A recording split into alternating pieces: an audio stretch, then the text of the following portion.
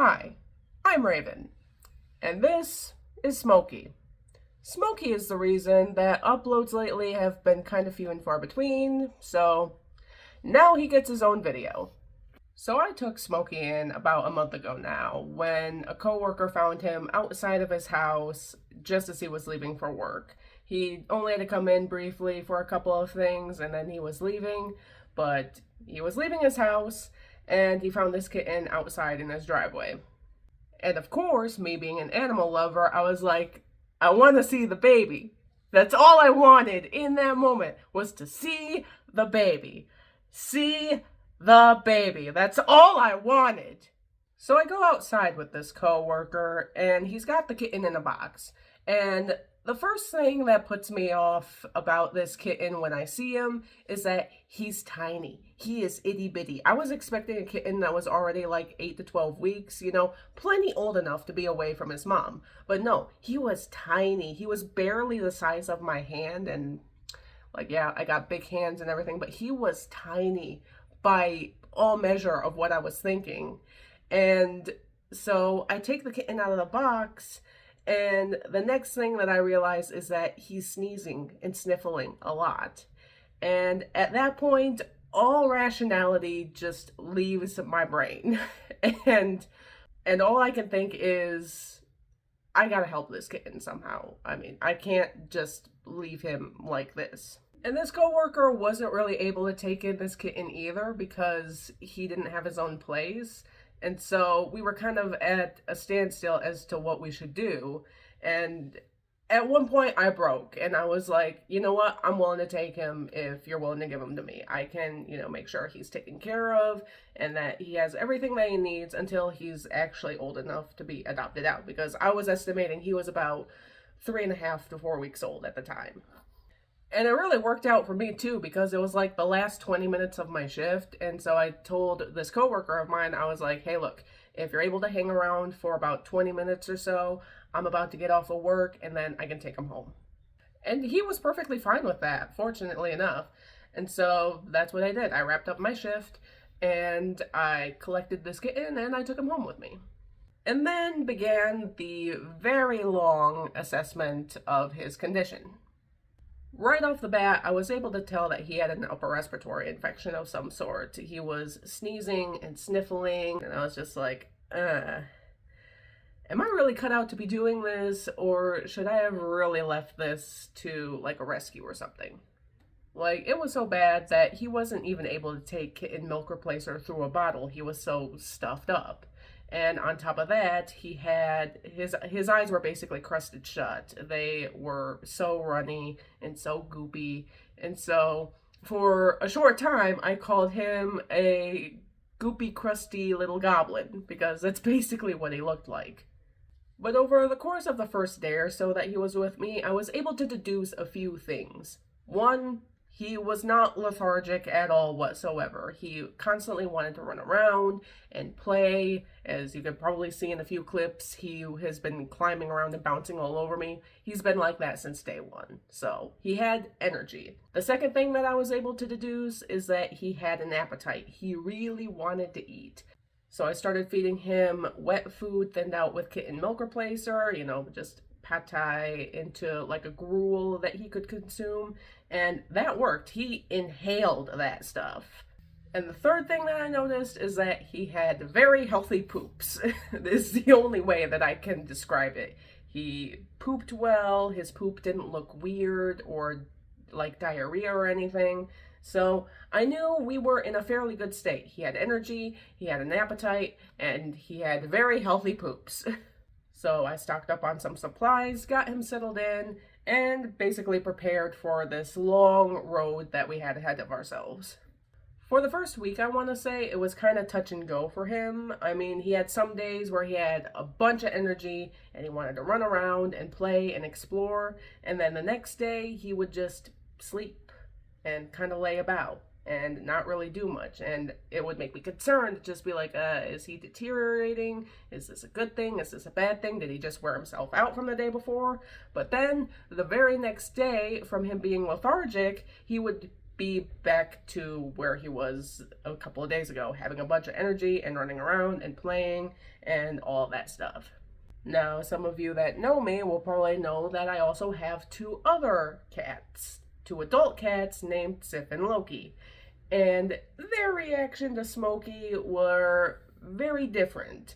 Loki is, or at least was, the baby of the household. I took him in when he was 3 days old because his mom didn't know how to be a mom and he just needed some help. This was back when I was living with my roommates and back when the living situation was not ideal.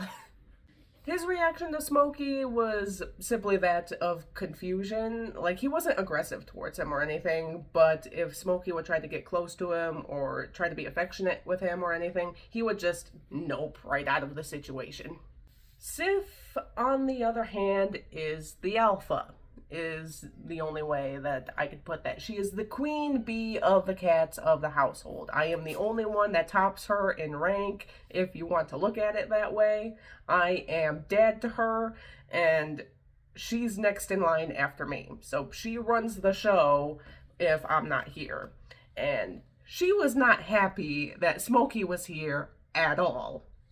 She was curious, but curiosity would then turn into frustration and irritation, and she would hiss at him and bat at him. She wouldn't try to hurt him, but she would make it very clear that, Smokey was basically the lowest rank of the household officially, and she was not happy with him being here at all. Which is unfortunate news for her, because Smokey desperately wanted Sif to be his friend. I'm not sure why, but whenever he would come out of my bedroom, which is where he was placed to acclimate, he would go straight for Sif and just want to play with her and tackle her, and Sif was not having any of it. She has gotten a little bit more used to him with time. I mean, earlier they were running around and playing with each other, but Sif is teaching him boundaries, and when Smokey gets to be a little bit too rambunctious, she's not afraid to swat him. She'll put him in his place.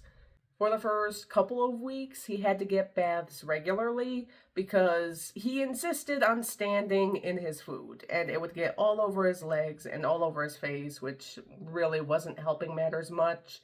And on top of that, that also allowed me to help clear up the goop around his eyes and his nose, and with each passing day, it seemed to be getting a little bit better.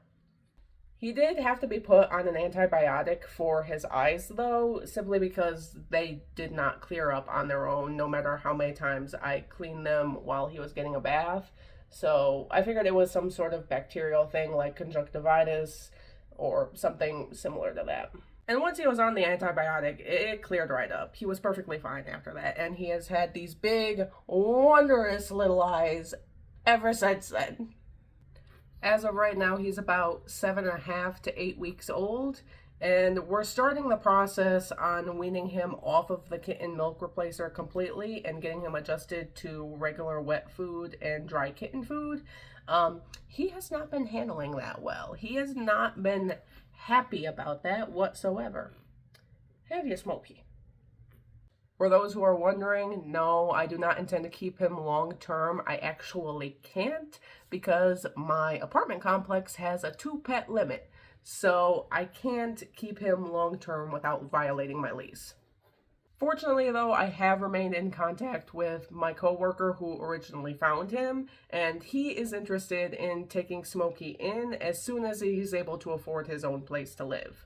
That was the reason my coworker couldn't take Smokey in at the time, is because he didn't have his own place to live, and where he lives doesn't allow pets. So we've got an agreement. Once he gets his own place to live, then we'll talk about getting Smokey settled in over at his new place. Am I sad that Smokey will eventually be leaving? At this moment in present, no, not really. He is a handful. A handful that I am just barely able to tolerate. But as you can see with how rambunctious and energetic he is, this situation makes it a little hard for when I want to write and record videos.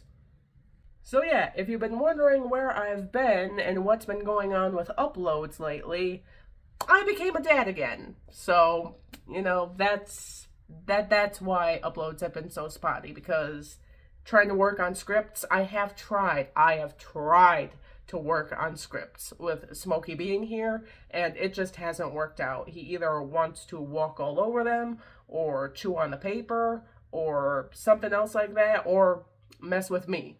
He's currently in the fight me stage of his life. He wants to play fight all the time, every time, and when he's not play fighting, he's sleeping. And of course, if I am in the room with him, he's not sleeping. And that's just with writing scripts. Imagine trying to record with that. Doesn't work. It doesn't work. So, I will probably be taking a little hiatus here to look after Smokey and come back once he's settled into his new home, or he has settled down. So, anything you want to say to the people of YouTube, Smokey? Really?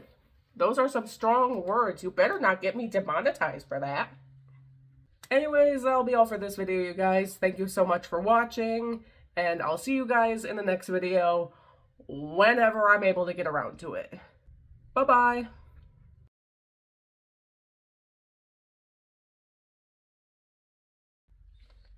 Dude, here we go. My guy.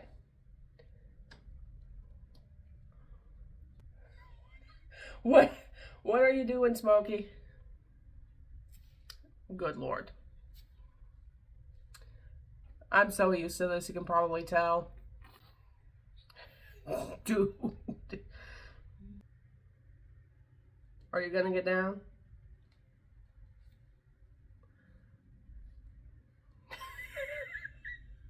What are you doing? My guy.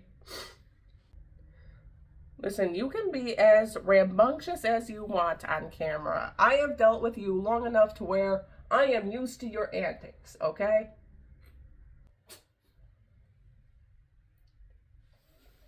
Oh, now you want to use the litter box. Now, after you already peed in the corner. There's a bottom, Smokey. You can try to dig to China if you want to, but it's not gonna work.